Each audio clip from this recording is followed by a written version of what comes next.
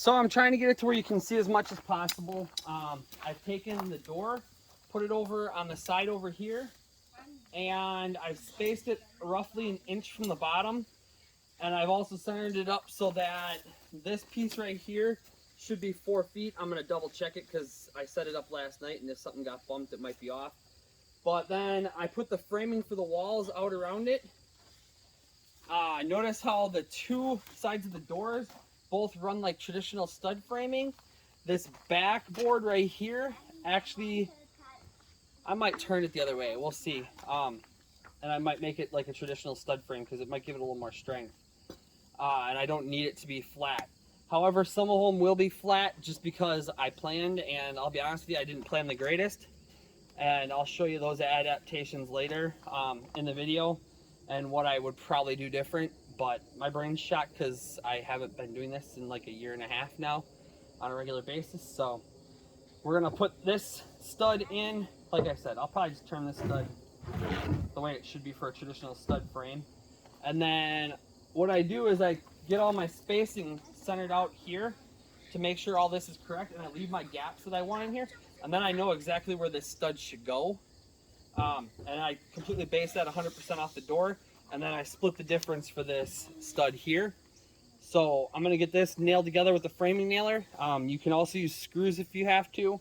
I built plenty of them with screws. They work just as well as the ones with framing nails. One thing I will recommend if you use framing nails, use a rink shank, just because the penning on them will make it where they hold the boards together tighter, because you typically get a lot of flex out in the woods from stuff blowing on the deer blind walls, and it just kind of makes the wall not as solid if you don't use a rink shank nail.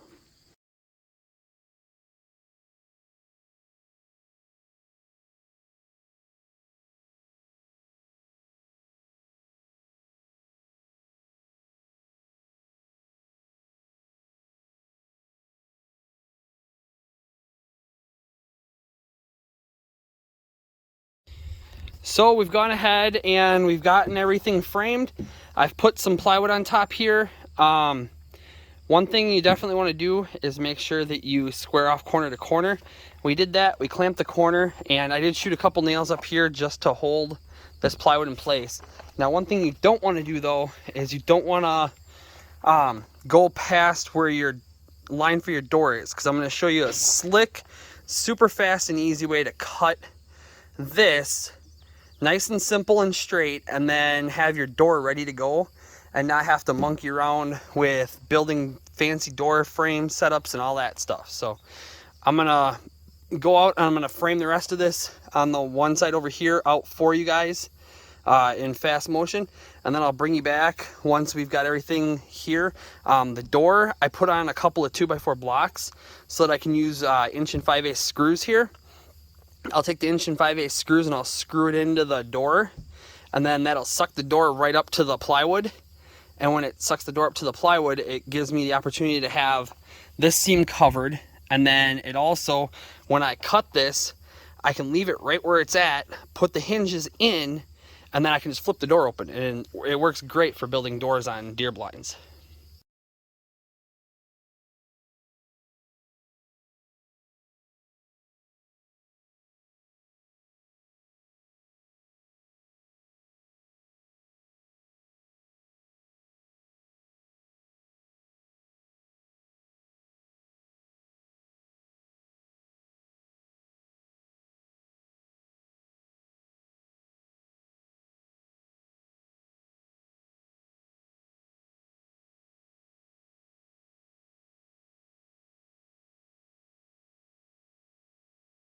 So for those of you patient enough to watch my videos all the way through, this is one of those points in time where you're going to get a great trick, and it's going to make your life easier, and it's going to make things work great and save you a bunch of time. Except for where you got to watch me say that. Now, in the corners, right down here, where our door frame, so underneath there, we've got our stud right here, we've got our door frame right next to it. What I did was I went and I screwed a screw in the corner on this end and a screw in the corner on that end to butt this up against. Now, if I were to cut this perfectly straight on this right here, it would end up being an inch over and our door would be way off, because my saw cuts an inch from the guard to the inside edge of that blade. What you're gonna do is you're gonna take this, you're gonna use your screw as your guide, and I'm gonna back it up about 1.5 inches approximately. And I'm gonna do that on both sides.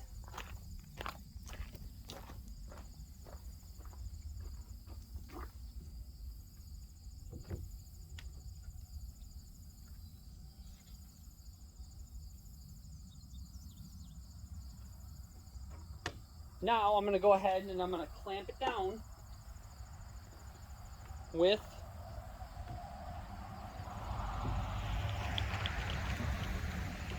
our woodworking clamps, and I'm gonna put a mark here once I get that far. But I don't know where my other woodworking clamp went. That's how life goes sometimes. So from here, I'm gonna clamp this side. Then I'm gonna take out a marker, and I'm gonna mark a couple marks on each end so I know right where I need to be. Then you're gonna go back through and you're gonna take your tape measure, and just to be safe, you're gonna measure and make sure none of these nails are within 1 inch of your edge, because your edge is gonna cut just inside of that 2x4, but you wanna make sure that these nails aren't within 1 inch of your edge, because if they are, you'll hit them with your saw, and that's never good for your saw. After you've taken the time to measure that, now you gotta make sure that your saw is going the right way. Now, you may not be on this side because of the way your saw goes. You may have a right-handed saw and you're having to come from the other side, and you'll actually have your plywood on this side of it to make it work. But what I do is I take it, I tilt my saw 10 degrees, so it's got a little bit of a bevel to it. So it's gonna have a bevel like this away from the door. The inside of the door is gonna be the furthest over, the outside of the door is gonna be the farthest towards the sidewall. And the reason I want that is because then you don't have a bunch of boards rubbing against each other when you close your door. So I'll go through and I'll make this cut the whole length, and I'm gonna leave this panel sit right where it's sitting. That's 100% the goal, is for this to stay right where it's at once I've made my cut. Then I can go through, unclamp it, and I'll grab the hinges, and that's when I'm gonna bring you guys back to full speed, and I'll show you how I go ahead and I set up the hinges to make it where I don't have to do any more extra work than I have to.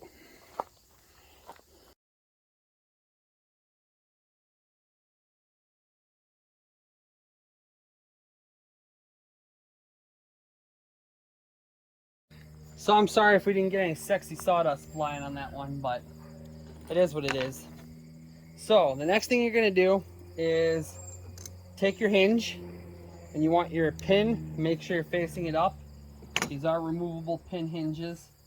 They're nothing special. They're the cheap ones from the hardware store. They're golden color. If you got a problem with that, grab a can of freaking black spray paint. Spray paint them. It's not gonna matter. What you're gonna do is I line up my first one and I get it in, and I will, and because it's being difficult, I'm gonna have to angle it.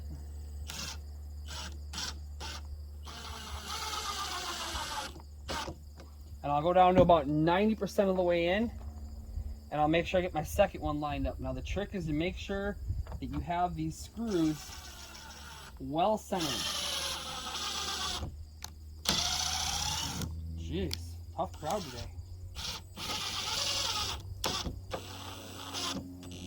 These 2x4s just don't want to cooperate today for me. So, one thing that you'll notice when you cut this, if you do this right, you'll have about 1/4 inch of your door, your actual door offset, where this covers up this. That helps seal out the air. That's why I move it back 1.5 inches as opposed to 1 inch. The only problem is when you go to put your screws in for your door hinges, sometimes you have to angle them a little bit because it brings it out just far enough that you're about the width of the 2x4. So this one here, I know I'm gonna have to angle really hard.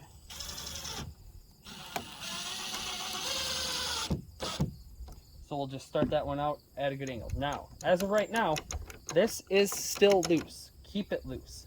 You want it loose like that for a reason. Because what I'm gonna do is I'm gonna go up to the top end up there, and I'm gonna set that one up to start the same way. And unfortunately, when you use Let's see if I can grab a piece of 2x4 here. When you go to use these, I don't know if you can see it on the screen or not, or if I gotta move it. Yeah, we'll move it for you. And we'll readjust that a little bit. So, with these being as wide as they are, that's gonna stick out that far. So I can't use the 2.5 inches on the door. So on the door, I use the 1 5/8 instead, because it won't go through the frame.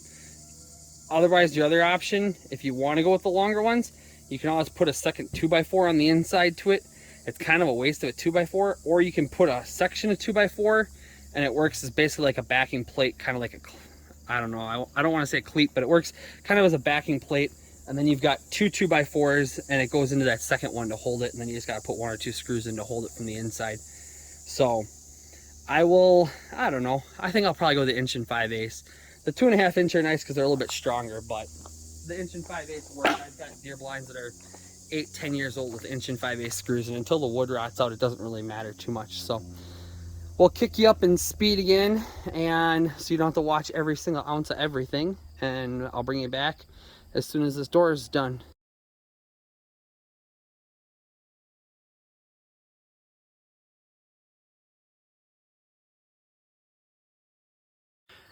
Okay, so as you can see, this matches up nice to this.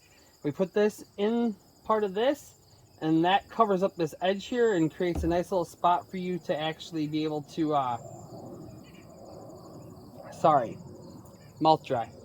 Creates a spot for you to be able to have this overlap, and what it does is it helps seal out any extra air. Now when we put this down flat and have it in the stand, this should butt up pretty nice to this, and we can always control how tight this door is with the way we place our hinges and or eye hooks or whatever we plan on using for the inside. So I'm going to get this one off the table, and I'm going to bring you back, and we're going to start constructing the walls, and I'll show you the tricks to doing that as well, because I've learned a lot of little tricks that'll save you a lot of little time here and there and make it more even and a lot less measuring and playing around. So I'll be back in just a little bit. So now we're on to the side walls. Now that we've got the doors pretty much squared away, minus a little bit of finish work when we get done. I've gone ahead and I've done the outside frame, the far outside frame for the side walls. Now these are the side walls that are, I want to say 65 inches across, maybe not quite that, maybe a little bit more than that. I can grab the tape measure, but there's two wall sizes. The 172 inches, that's your front and back wall. And then your two side walls are shorter so that your plywood can overlap these and so that you can bring the studs all together. From here, what I do is I'll throw this one out there. If you are watching my videos on how to design them, if I were to do it the right way and the smart way, I would have done this with this wall stud standing up. The big reason why is it would have been a lot stronger. If I find another piece of 2x4 that's longer, I can do that. The best part of doing that is then you don't have to sit here and use all these Craig screws. Unfortunately, I've already drilled all the Craig screws, so at this point it's not worth it for me to go back. But a much smarter way would be to just add 1.5 inches onto this board and put it in as a wall board, and you're going to want that 70 or 47 inches off the bottom, because you're going to want this to cover where the seam is in the wall. Again, that's one of those things that just, it's a nicer finish. It covers up the seams on the wall for you. But unfortunately, I didn't do that. So I'm going to go ahead and I'm going to put together all of these wall framing pieces. And this will work still just fine. But I use the piece in the front. Now, if you remember, in the front of the design, there's a piece above the window that just kind of creates a little bit of rigidity support. You're not going to put this in the side wall, but you're going to use it as a block, and you're going to put it at the top here. And what it's going to allow you to do is if you put the block here, and let me go grab the 32-incher over here. Oh, that 32-incher won't work actually. Never mind. I take that back. We're going to have to measure these, and I'm going to have to adjust. This window is going to be a little bit higher than the other windows because of the fact that this window is going to be 12 inches tall instead. So what I'll do is I'll just grab my tape measure when I get to this point. I'll measure out my 12.5 inches right here, slide this up, and then when I attach these together, this will be 12.5 inches apart, leaving me a frame that's 12.5 by 24.5. And then I have another video out there on how to install windows, and that'll be a completely separate video by itself. But when I do that, and then get this where it's supposed to be, it should make this a tight fit, but it should give me a fit that's nice and solid, and I should be able to work with this. And then I attach my panels to this as soon as I get that far. So let me take you guys away up to quick speed for a little bit, and then I'll bring you back when I need to explain more for you.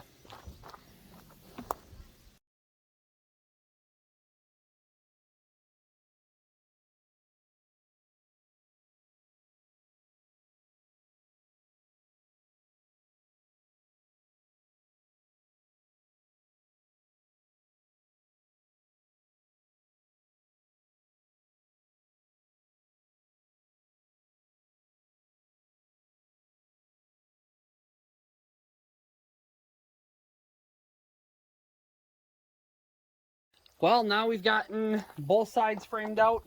You'll notice this is a mirror side to the other side. This is a left window. That one that we made in the first one, when you flip it up and set it in the blind, is going to be a right window. So we've got two windows towards the front, a left and a right. Now, the reason I do that is because back here is a perfect space to sit and not get silhouetted by a deer.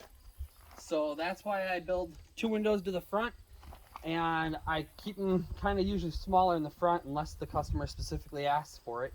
And then from here, all that we have left is the front main piece. So I'm going to turn you off, and when I get that kind of laid out on the table, I'll bring you back and show you how I do that. Okay, I've got this wall laid out, and you're going to walk with me while I do this. I already fastened these together with the Craig jig. Now, one thing that I can tell you is if you choose to, you can actually flip this board vertical, which doesn't make much sense. You can flip that board vertical, but the problem is then it gets in the way of your window when you put it down, so I wouldn't. You can flip the one on the top if you want, and you can flip the one over on the side. Another solution, if you don't like the boards laying flat like this, is you can run a stud from the top here all the way down to the bottom at a ½ inch over, or a spacing a ½ inch over whatever you want your window to be. And if you have, say, in this example, this one is a 18 by 36 piece of Lexan that's going to be going in here. So, sorry, brake for the car. If you want an 18 by 36, you need just an 18.5 by 36.5 rough opening. So if you have that rough opening and you run vertical boards here, then you can just get away with running two flat between what would be that board and that board over there, and it would eliminate some of these other boards in here. It's basically a horse a piece either way. I have a Craig jig, so I usually lay them down like this. Although I can tell you, after as warped as some of these 2x4s have gotten sitting out here drying because they just came off the rack during the pandemic, I might be going the other way next time because it just makes more sense. I mean, I've tacked all this in, and then I realized this board's way off because, well, this 2x4 is way off. So I may have to peel that back out of there, and I may have to re-put that back together. But that's how you can do this.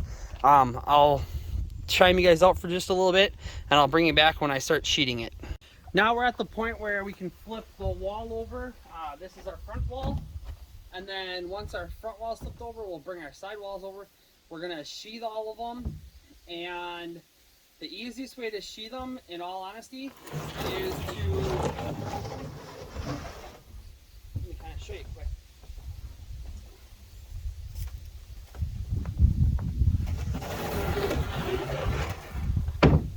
I'm sure you didn't need to see that hairy white belly. But the easiest way to sheath it is to get them up here. I usually try to do factory edge to factory edge when I do this seam right here, because with it being a 6 foot by 6 foot wall, you're always going to have some kind of seam. So I'm going to get it seamed, or I'll get it set up. The plus side is if any of my nails miss to the bottom, they'll be covered up by the plywood. You'll never even notice. I do have to screw these flat ones in, and the easiest way to do that is to grab a chalk line when you get that far and snap a chalk line on each of these. And I'm also going to take the time to mark out roughly where the centers of this are, so that I know when I get over here where I'm at as far as putting my screws in along there. So I'll kick you up in speed and I'll bring you back as soon as we're done with that, and I'll show you how I cut out the holes for the windows.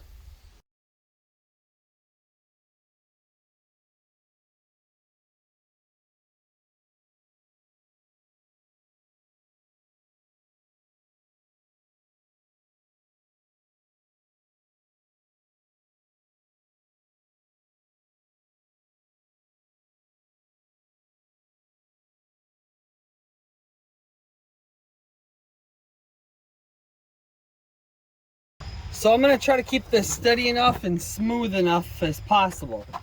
But I want to show you the fastest and easiest way to cut out the windows on a deer blind like this.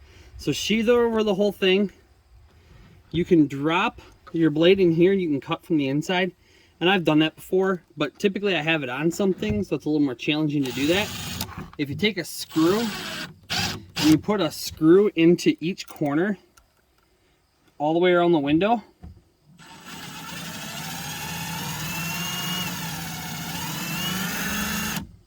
sometimes you hit the hard part of the board, and that's just how life normally goes for me when I'm recording, of course.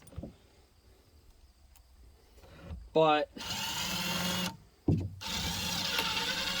we get a screw in each corner, and then I'll show you the trick on the other side for how we plot out where we're going to cut. So let me grab the camera here and move it out of the way a little bit. Set you down here. Hopefully it's not too crazy of an angle in any which direction. But we'll move this back here.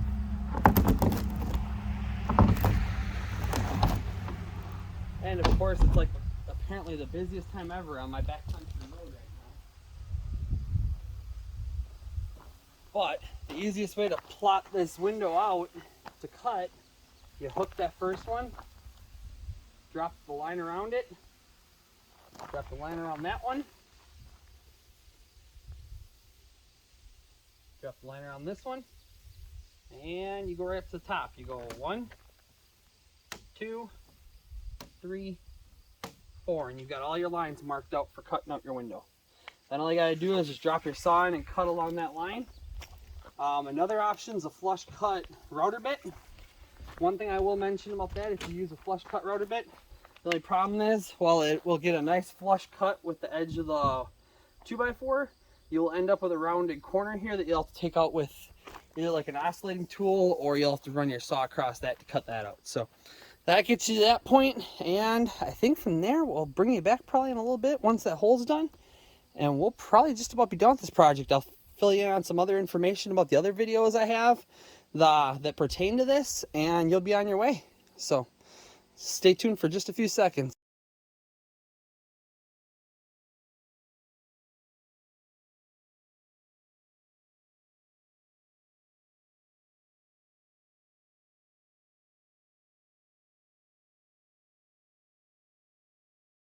Okay, now that you're back, here's one of those extra tricks and tips for all those people that are kind enough to watch this far.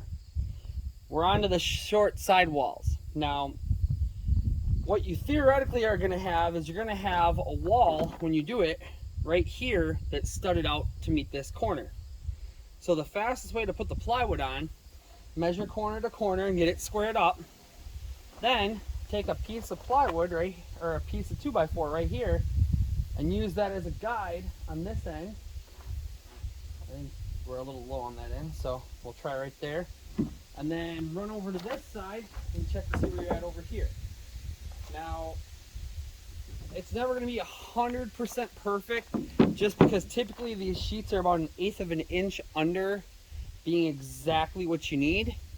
When you cut it, you can always cut a little bit extra, but then it makes your 2-foot cutoffs shorter, so you can't reuse those later for other size blinds. But if you go like this and you get it centered up side to side, now I've got it centered up and I've got it straightened with this. All I have to do is just shoot the nails to get it in, and this thing's ready to go. So thanks for watching that part. We're gonna just continue the side wall like we would the main wall, We're gonna nail the plywood down. We're gonna tip it up. We're gonna use that trick that I showed you to mark out where your window holes are. You're gonna cut out your window and you're gonna be done. Let me take you away for a bit, and if I gotta bring you back for something else, I will in just a bit. See, now you're gonna be glad you stayed again. It's not very much of your time, but I appreciate it, like I said a million times before. Now, when you go to line up your nails and you wanna know where you're nailing, just put your piece of 2x4 on the top, and then you use your 2x4 as a guide for where you put your nails, instead of having to sit there and guess where your stud runs along underneath here. So we'll put it on the other side for when we get over here. We'll use that, but just another little tip, trick, make life easier for you, help you with building it faster. See, I'm just gonna keep dropping these tips left and right for you, for all you people that are willing to watch to the end, like I told you to at the beginning of the video. Now, when you wanna know where your stud is up here, take your marker. You know it should be 12.5 inches from the top of this board to the bottom of this other board. Mark out your 12.5 inches. Then what I do, I just take a chalk line and I snap a quick chalk line across it. And it saves me how much time guessing where the board is, and who knows how many possibly missed spots. But you just go like this. And just to remind myself, although I'm gonna turn around and I'm gonna shoot it right away, you want your nails on that side of it. So I usually put a little X mark so I know where I want my nails to be. But I mean, we've already got this wall or board frame. All we gotta do is put a couple along here. I did find out with these 2-inch nails, when you have the boards laid sideways, if you angle the gun, you're usually good. So that definitely has been a plus too. So take you out for a bit. If I gotta show you anything else, give you any more tips, I'll bring you back.